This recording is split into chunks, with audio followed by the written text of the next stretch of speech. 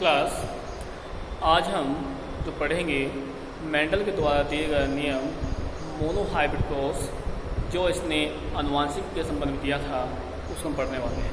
Okay, जैसे कि हम जानते हैं कि मेंडल जो है उससे फादर ऑफ जेनेटिक्स यानी आनुवंशिक का जनक भी कहा जाता है, क्योंकि जो आनुवंशिक नियम हैं उसके बारे में बताने वाले सबसे पहले हमारे ग्रेगर जॉर्ज मेंडल थे।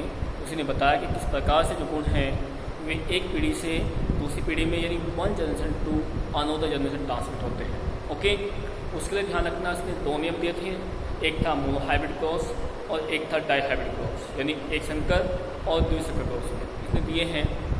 जो आज मेन हमारे पास में रहेगा मोनोहाइब्रिड क्रॉस, इसमें क्या किया गया, इसने अपने नियम समझाने के लिए दो तरह के गुणों को लिया गया, एक प्रभावी गुण लिया है और एक अप्रभावी गुण लिया है। और दूसरी को पहले बता दें कि जो मेंडल थे, मेंडल ने अपने एक्सपेरिमेंट के लिए यानी अपने प्रयोगों के लिए क्या किया, जो मटर कुल का पौधा है यानी पाइसम सटाइवम जिसका साइंटिफिक नेम होता है उसको चुना, क्योंकि इस पर उसके जो एक्सपेरिमेंट थे वो सूटेबल रहे।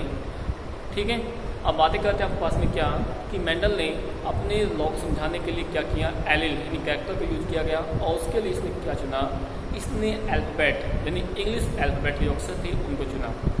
इसने क्या किया कि इंग्लिश अल्फ़ाबेट के उनके गुणों के अनुसार चुना गया, जैसे ए बी या कुछ भी आप उसमें यूज कर सकते हैं उनके कैरेक्टर के अकॉर्डिंग। ठीक है, उसने ये कहा कि जो डोमिनेंट कैरेक्टर होगा उसे हम कैपिटल लेटर से दिखाएंगे इंग्लिश अल्फ़ाबेट में, और जो रिसेसिव होगा आपके पास में उसे हम स्मॉल लेटर से दिखाएंगे, लेकिन दिखाएंगे उसी से।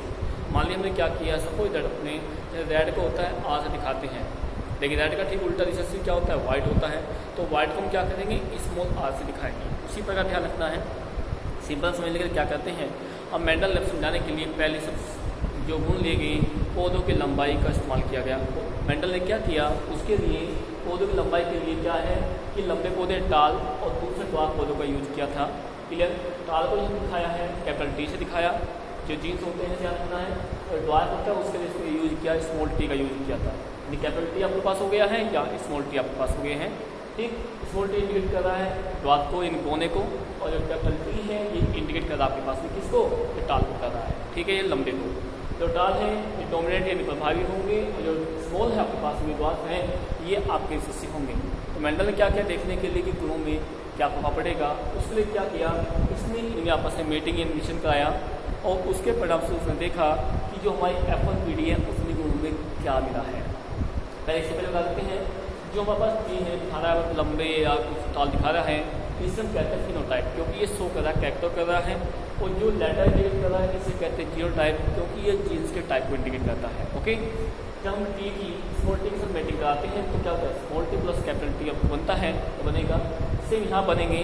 जो हमारी F1 पीढ़ी है जनरेशन होगी उसमें जो प्लांट्स यानी ऑर्गेनी हमें ऑब्टेन होंगे वे हमें 100% टाल को ऑब्टेन होंगे। ओके, ध्यान रखना टाल तो यहाँ पर है, लेकिन ध्यान रखें यहाँ पे टाल के साथ साथ में आपका ड्वार्फ भी है, टाल के साथ साथ में ड्वार्फ भी होगा, ध्यान रखना है, दोनों के साथ साथ हैं एक साथ चलेंगे, लेकिन जो कैरेक्टर हमें दिखाई देंगे केवल हमें डोमिनेंट दिखाई देंगे, सो होंगे, रिसेसिव हमें सो नहीं होंगे, बट वे भी साथ में होंगे। ओके, जब हम इन कैरेक्टर की आपस में रीमेटिंग कराते हैं आपको कराई जाएगी, यानी आपके पास जो मिले हैं हाइब्रिड कह सकते हैं नहीं हम, क्योंकि दोनों गुण कैरेक्टर साथ साथ हैं इसलिए इन्हें हम हाइब्रिड भी कहते हैं। ओके, जब इन हाइब्रिड की आपके पास मीटिंग कराई जाएगी तो मीटिंग कराने के बाद सेम प्रोसेस में ध्यान रखना है, तो क्या होगा, कैपिटल टी की जब हम इसकी सब मीटिंग कराते हैं तो क्या होता है, capital T plus capital T आएगा, फिर अगेन टी की सब कराएंगे तो कैपिटल टी स्मॉल टी आता है, सेम इसी टाइप से स्मॉल टी की सब कराएंगे तो क्या आएगा, कैपिटल टी स्मॉल टी आ गया है, इसमें करेंगे स्मॉल टी तो स्मॉल टी आ गया आपके पास। ठीक है, अब एक बात ध्यान रखें यहाँ पे पास में इसे जो कहा जाता है इसे कहते हैं हम F2 जनरेशन, यानी F2 जनरेशन भी कहते हैं।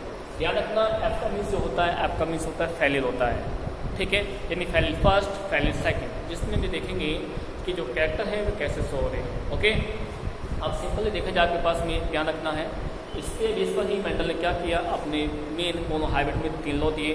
पहला था आपके पास में लॉ ऑफ डोमिनेंस का जिसे हम प्रभाविता का नियम कहते हैं, दूसरा आपका है लॉ ऑफ सेग्रीगेशन का जिसे हम पृथक्करण का नियम कहते हैं, तीसरा आपका है लॉ ऑफ प्योरिटी या लॉ प्योरिटी कहा जाता है। ठीक है, अब जो लॉ ऑफ प्योरिटी है इसे कहते हैं शुद्धता का नियम कहा जाएगा। अब इसके चलते हैं कहाँ क्या इंडिकेट करेगा, पहला लॉ पहला कहता है लॉ ऑफ डोमिनेंस, इसका मीन्स ये है कि प्रभाविता का नियम। जब हमने आपके टाल और डॉट मीटिंग कराई और F1 यानी फैलिन 1 में हमें जो प्लांट मिले हुए 100% डोमिनेंट मिले थे, इंटाल मिले हैं, ठीक है। तो यहाँ पे क्या शो कर रहा है, यहाँ मेंटल का फर्स्ट लॉ शो कर रहा है कि लॉ ऑफ डोमिनेंस, यहाँ रिसेसिव कैरेक्टर साथ साथ है, बट दिखाए हमें कि भी विजिबल हो रहे हैं जो कि डोमिनेंट होंगे। तो यहाँ पे हमारे पास क्या रहेगा कि 100% हमारे पास में डोमिनेंट है।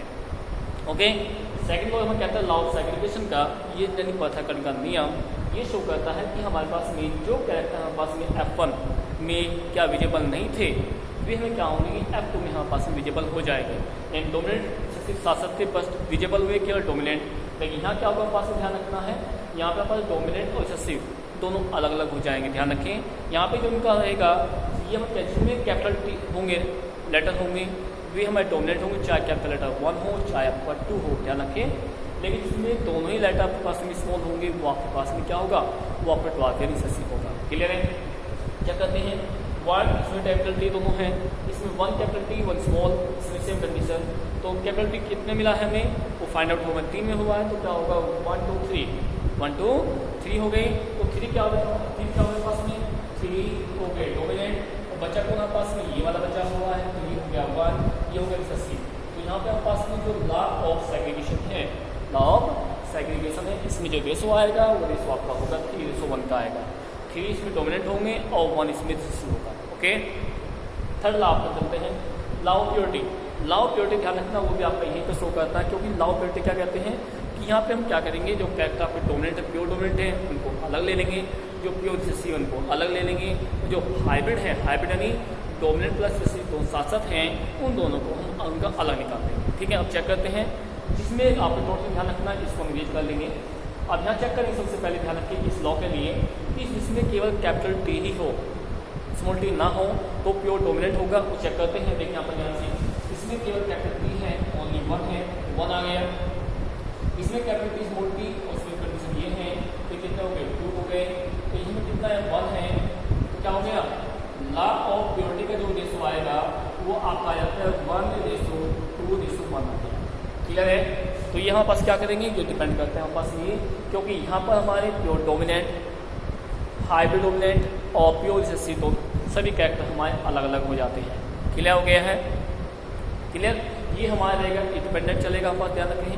अब इसी के इसको रिजल्ट को चेक करने के लिए हम क्या करते हैं, मेंडल ने इसी को ही नेक्स्ट फॉलो किया, इसने 2 क्लॉज किए, एक था आपका टेस्ट क्लॉज और एक था उसने बैक क्लॉज। उसके बाद समझाया, चेक किया कि जो हमने किया क्या कैरेक्टर वे सही मिले हैं या नहीं। उनके लिए क्या किया, सबसे पहले बातें करते हैं टेस्ट क्लॉज के लिए।